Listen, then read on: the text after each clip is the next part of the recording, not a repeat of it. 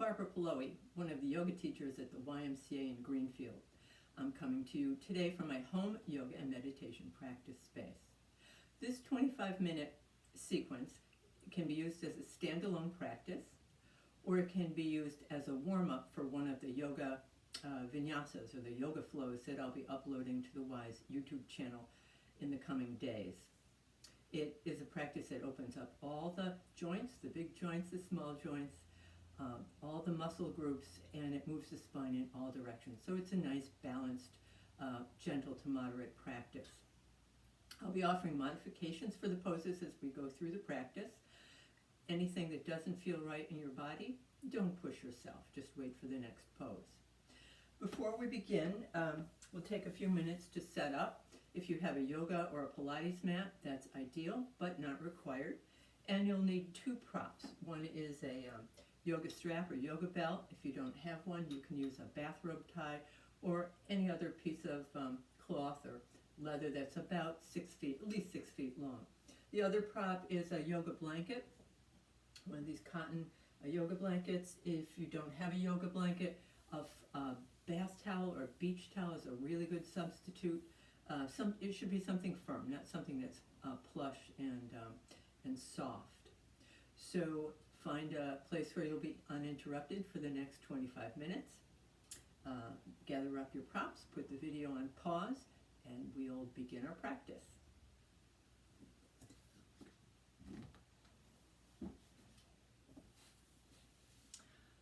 We're going to begin our practice in a pose called constructive rest pose. So this is a supine position. You'll be laying on your back, and you should have your yoga strap at hand because we'll be doing some poses that we'll use the yoga strap for. So have that close by. Come down onto your back.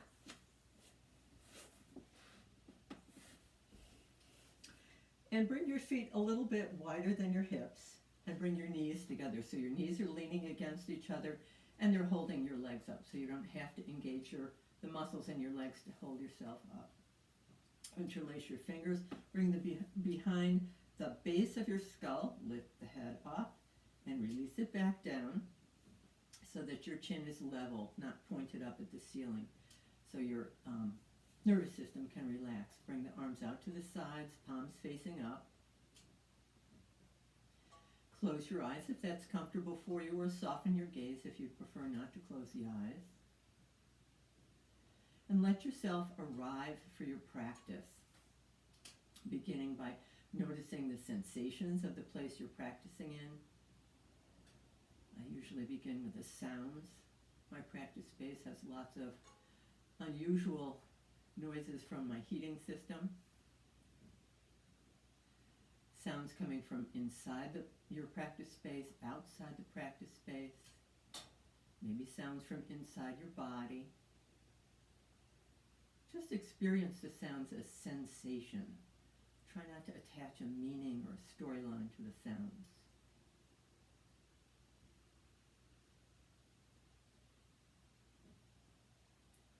Notice any sense of taste in the mouth or any sense.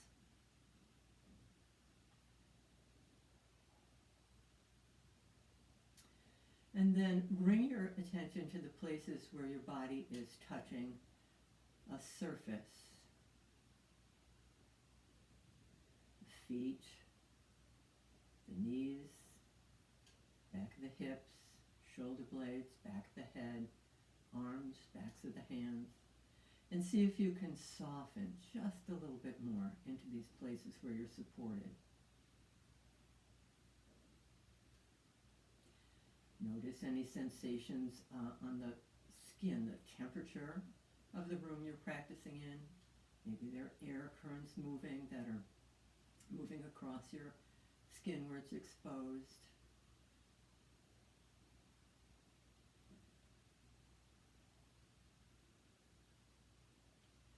And then shift a little deeper. Begin to observe the qualities of your breath as we start our practice.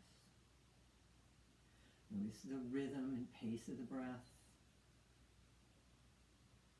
the duration of your inhales and exhales, and the volume of breath, how much lung capacity you're using.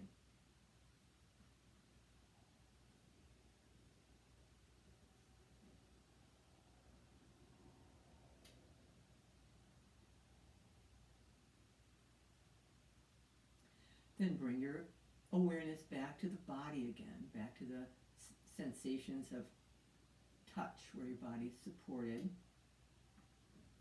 You can open your eyes and then bring your feet so that they're about hip distance apart. And we'll come into some leg lengtheners just to release and get ourselves moving. So extending your right leg out, sliding the leg out, keeping the heel in contact with the floor. Reach out through the leg, flex the foot so your toes are pointed up to the ceiling, and reach through the heel. Big reach. And then bring that stretch all the way up the right side of the body, moving the top of the pelvis and the bottom of the rib cage away from each other. Great big long stretch. Draw that right foot back under your knee and extend the left leg out. Keep the left heel in contact with the mat. Reach through the heel. Toes are pointed up at the ceiling. Your foot's dorsiflexed. And then bring that stretch all the way up the left side of the body, moving the top rim of the pelvis and the bottom of the rib cage away from each other. And then bring that left foot back under the left knee. Turn the arms internally so the palms are facing down. We're going to begin our practice by coordinating breath and movement, setting up this pattern that we'll use throughout our practice.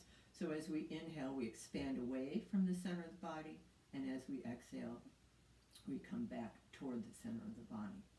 So we'll start by extending the right arm up with the breath. So as you inhale, it initiates the movement, and your inhale sustains the movement.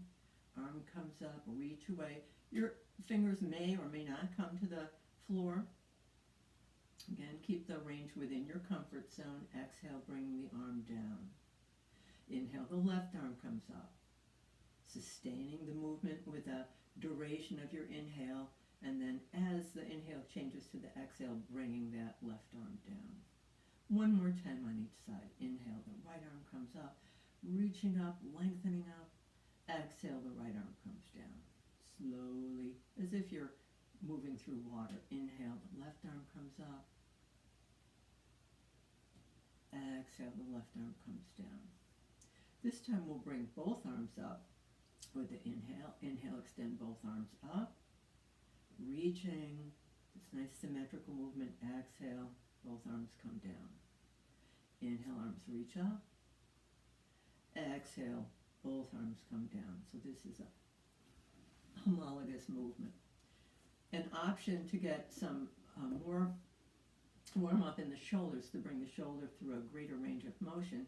As you inhale, the arms up. As you exhale, you can do angels in the snow. So keeping the backs of the arms in contact with the floor, bring them out in a semicircle. When your arms get about to the level of your shoulders, you'll notice that the arms naturally turn in. They spiral in an interior spiral. Inhaling, both arms come up. Exhale, moving the shoulder through its full range of motion all the way down. One more. Inhale, reaching up, lengthening up. Exhale, bringing the arms, sweeping the arms down. Leaving the arms down by the side, we'll begin to come into Setu Bandha, the bridge pose. So we'll do a couple bridge poses without the arms. Inhale, lift the hips up as if someone were drawing you up by those 2 points at the front of the pelvis. You can come up a little or a lot. Exhale, brings you back down. Inhale, lifting up, keeping the whole foot and all the toes on the mat. That's your support. Exhale, bring it down. This time, add in the arms. Inhale, extend both arms up, reaching up. Exhale, releasing back down. Inhale, reaching up, maybe coming into angels in the snow arm as you come back down. So lots to coordinate here. Arms, hips, breath. And then let yourself rest for just a breath or two. Now we're going to come into some movements to open up the hips and the legs, so the lower limbs. Inhale, extend both arms up. Exhale, bring your right leg in toward your torso. Interlace your fingers around the shin, behind the thigh, or use your strap to extend the reach of your arms. Leg comes in. So you're getting a little bit of compression on the right side of the body, digestive system, liver, all that good stuff on the right side. If you'd like to make this a little more challenging, you can slowly extend the left leg out, flexing the foot. No need to extend it though, so be sure to keep within your range of comfort. If you extended the left leg, bring it back in. Interlace your fingers behind your right thigh, or again, you can use the strap to extend your reach. And just extend and bend your knee. So, opening up the knee joint. Let the lower leg release, and then flex and point your foot. So, bring some movement into the ankle, and also activating the muscles in the calf. Roll your foot in one direction. So again, more range of motion in the ankle. Notice if you started in a clockwise or a counterclockwise direction. And then the other direction. And then we're going to come into reclining hand to big toe pose, Supta Padangusthasana. Bring your strap behind the balls of the toes on the right foot. Hold one end of the strap in the right hand, one in the left. Now, it's very important in this pose, because this is a hamstring stretch, to keep the knee from bending. So we don't want to see this. And that might mean if you have pretty tight hamstrings, if you're a runner or a biker, your leg might be at more like a 45-degree angle to the floor. Or, again, it could be more like a 90-degree angle to the floor. Or even closer if you have a lot of flexibility in your hips and your the muscles in your legs. You can make this a little more challenging by sliding the left leg out.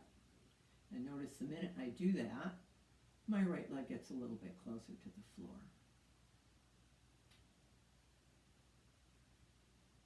If you slid that left leg out, bring the foot back under the knee, release your strap, and here's our little bit of core. We're not going to do too much core work with this practice, but bring your hands over your midsection and slowly lower the right leg down to the floor. You can feel those abdominal muscles working like crazy to support that big weight of your right leg. And once it gets down, we'll come back to our starting position, having the strap handy. Inhale, extend both arms up, nice symmetrical, lengthening both sides of the body. And this time, the left leg comes in, knee is bent, hands interlaced, fingers interlaced around the shin, behind the thigh, or using the strap. Strap extends our reach, drawing that leg in on the left. So again, a little bit of compression for the digestive system, and the pancreas is over on this side.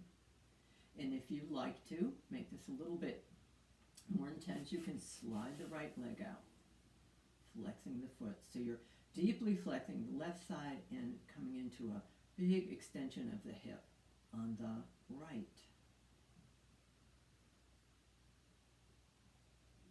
If you extended the right leg out, bring the foot back under the knee, interlace the fingers behind the thigh, or use your strap and extend and bend the left knee.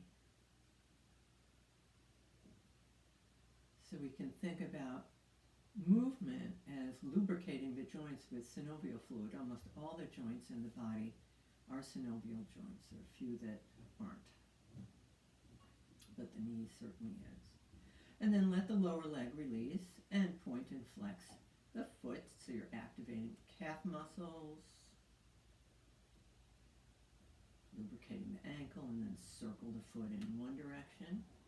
You might hear some popping, crackling, and then in the other direction. And then find your strap and bring the strap behind the balls of the toes on the left foot. Hold one end of the strap in the right hand, one in the left. You're just using the strap to keep the leg in neutral alignment in the hip. So we're not trying to pull the leg down into the hip. And again, if you have tight hamstrings, your leg might be here to keep your knee in neutral. So knee is neutral, not bent. You're lengthening the hamstrings here. You may want to slide the right leg out. And again, you see that my left leg got closer to the floor.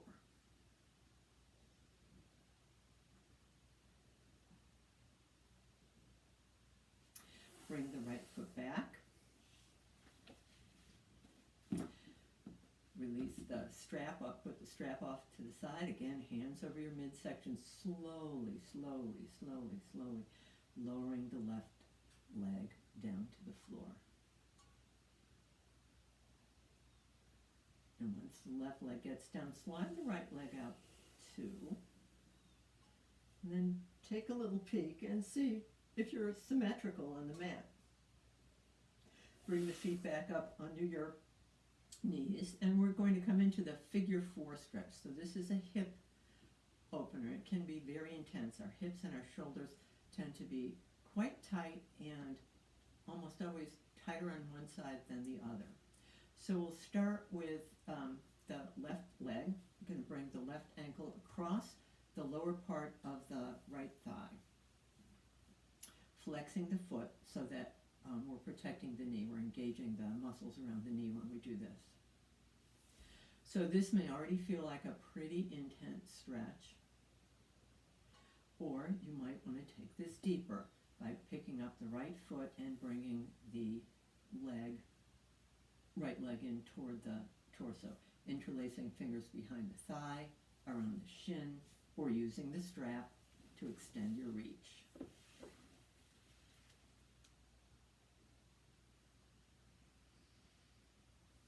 Always staying within your comfort zone, so this can be a very intense stretch.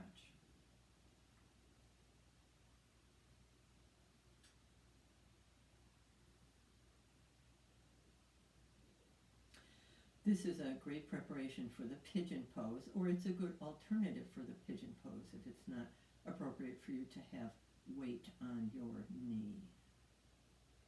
Bring the right foot down to the mat and slide the left leg all the way over to the right, so the right knee's on top of the left knee. So we're going to come into a variation of cow face pose, Gomukhasana, on the back rather than seated. So again, this is phase 1. You may already be feeling this in the gluteus muscles, or you can pick that right foot up and bring your right hand to your left shin, which is now on the right side, and your left hand to your right shin, and draw the knees in toward the torso. Strap can be an excellent prop for this as well.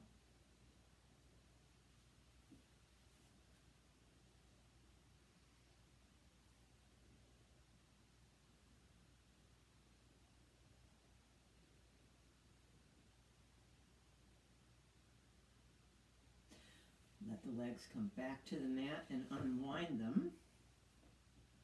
Let's bring the right leg across the left, so you may find this easier or harder than the other side. So again, phase 1. For some of us, this is really already quite intense. Flexing the foot, keeping the ankle in neutral. To take it deeper, bring the left foot off the mat. Interlace fingers behind the thigh, around the shin, or using the strap.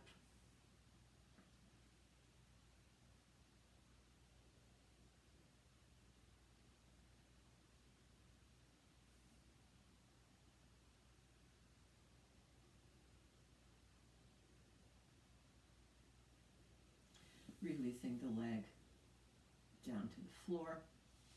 Slide the right leg all the way over to the left,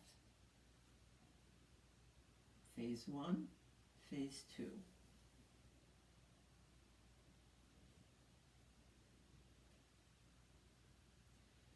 As you hold these stretches, you may find you can go a little bit deeper as the muscles and the fascia that wrap the muscles begin to release. And we want to do it slowly, not in bursts.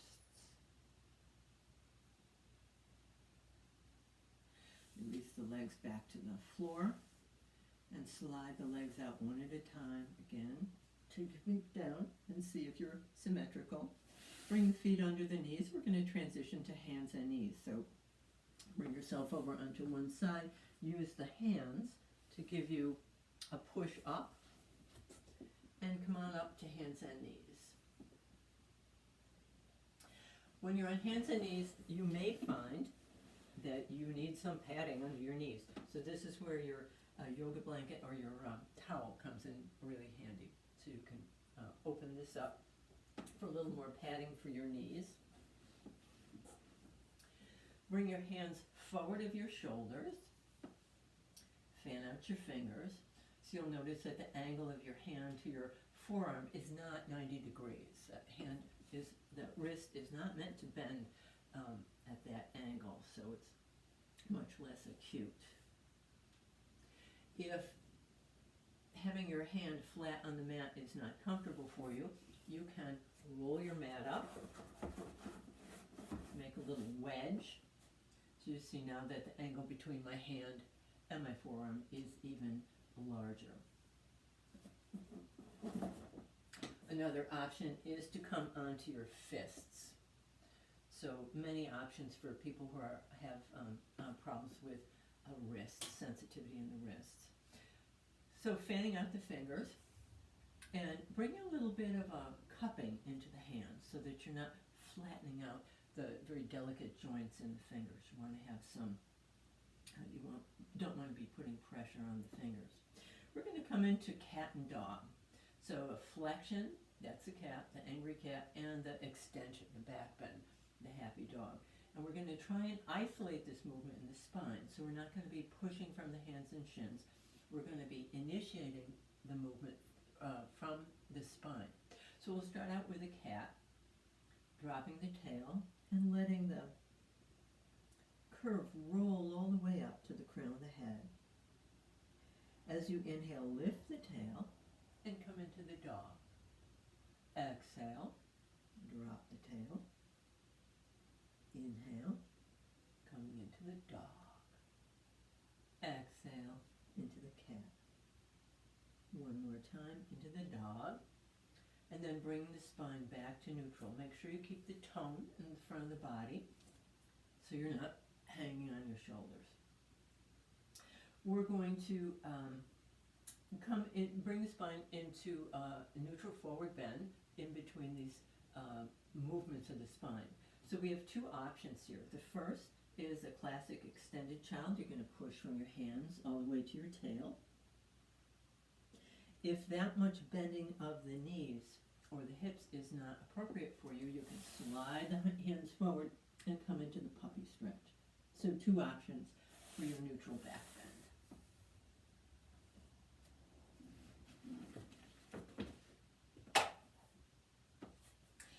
Having come into flexion extension, we're now going to come into lateral extension, side bending. So we'll start by extending the right leg back, turn the toes under, fan them out, push back from your hands so you're getting a nice, more of that hamstring stretch, as well as stretching the sole of the foot. Bring the right leg over the lower left leg so you can feel the lateral extension, the muscles between the ribs already beginning to stretch out, increasing your capacity for the breath. Turn your head to look over your left shoulder, just as far as your head wants to go. Then bring your head back to neutral, back to in line with your shoulders, and pivot your left knee so that your left lower leg is perpendicular to the long side of your mat. Leave your left hand, and your right foot just where they are, and then press into the left hand and come on up into modified side plank, Vasisthasana. You can take this into a little back bend if you like, and then bring yourself back around to hands and knees. Nice. We'll take the other side. This time extend the left leg back. Fan out the toes, reach through the heels, stretching out the calves, the whole back of the leg. Nice. And then sweep the left leg over the lower right leg and peek over your right shoulder.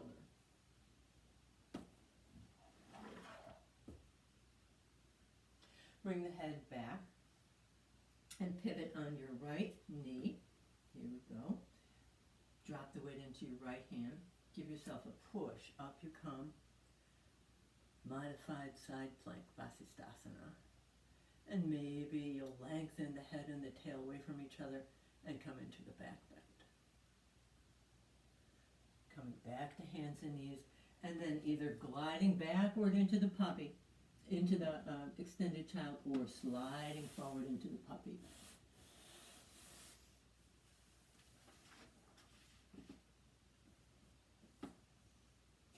Bring yourself back up to hands and knees.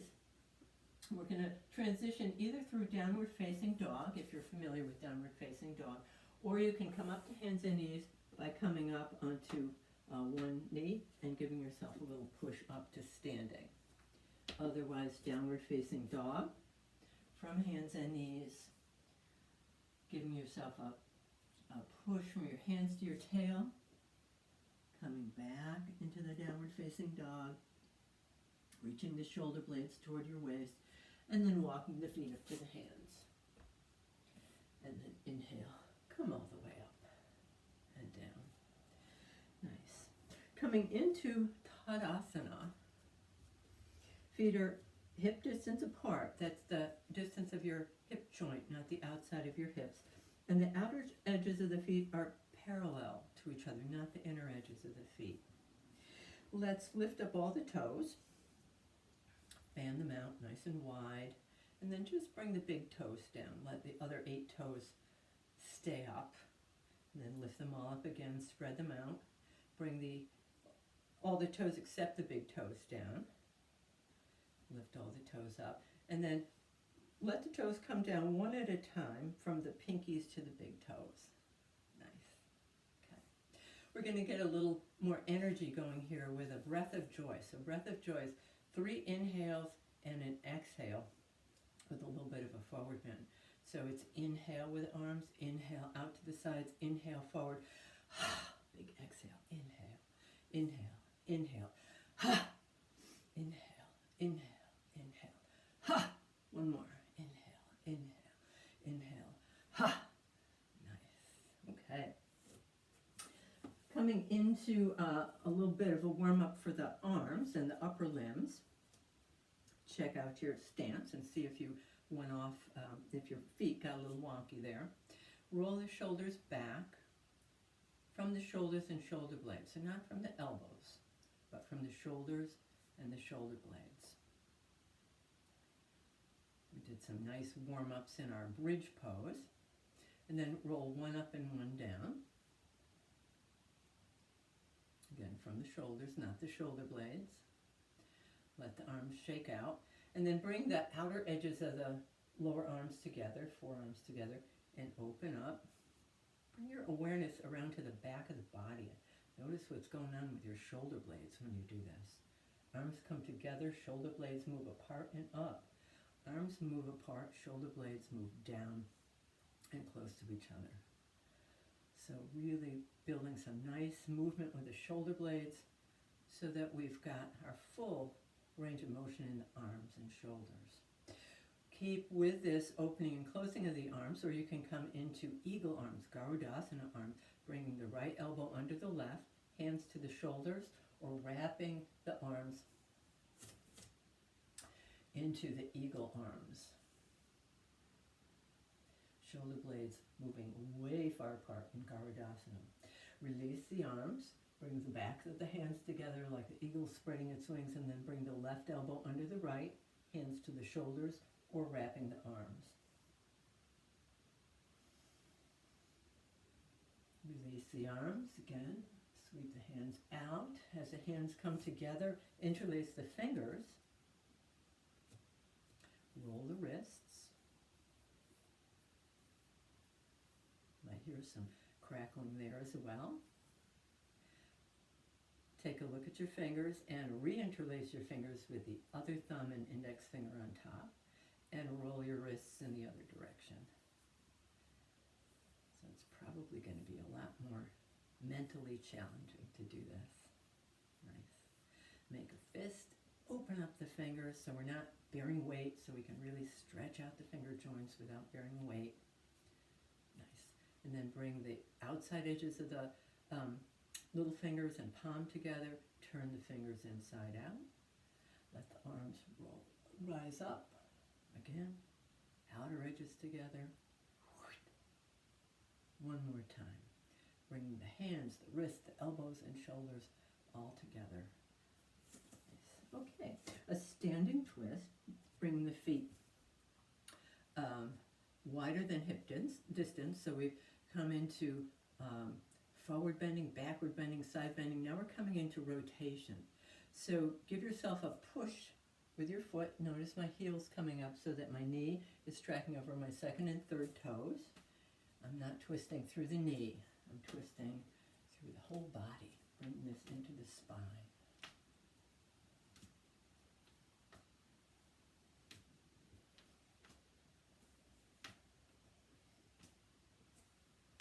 And let that wind down. Bring your feet back to hip distance apart, outer edges of the feet parallel for half moon pose, Ardha Chandrasana. Left hand to the left hip, inhale the right arm up. You can see it's a good thing I'm not any taller than I am because I'm almost touching the ceiling in my practice space. Coming over, pressing the left hand into the left side. Take a big deep breath here. Notice the great expansion on the right side as you come over. Coming back through center, right hand to the right thigh. Inhale, extend the left arm up, reach up, arc it over. Keep the hips and the chest square, so no turning when you're coming into Ardha Chandrasana. Inhale, back to center. Nice. One final pose, another energizing pose, Utkatasana, chair pose, and I'm going to stand sideways here so you can see how this goes. We're going to do this dynamically, exhaling the hands together, press, and then begin to lower your sits bones toward the floor, so not out, but down. Release the arms, inhale, come up, exhale, bring it down, inhale, come up, exhale, come down.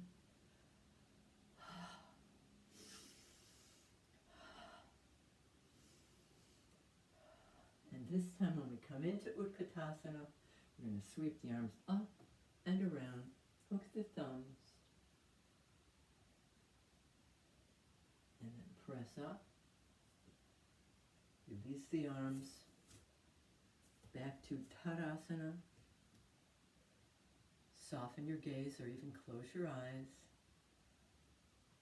and notice the effects of our practice.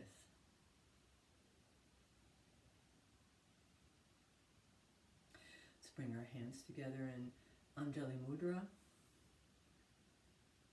Namaste. I honor the light that is within you and is within me. And I look forward to the time we can practice together at the Y.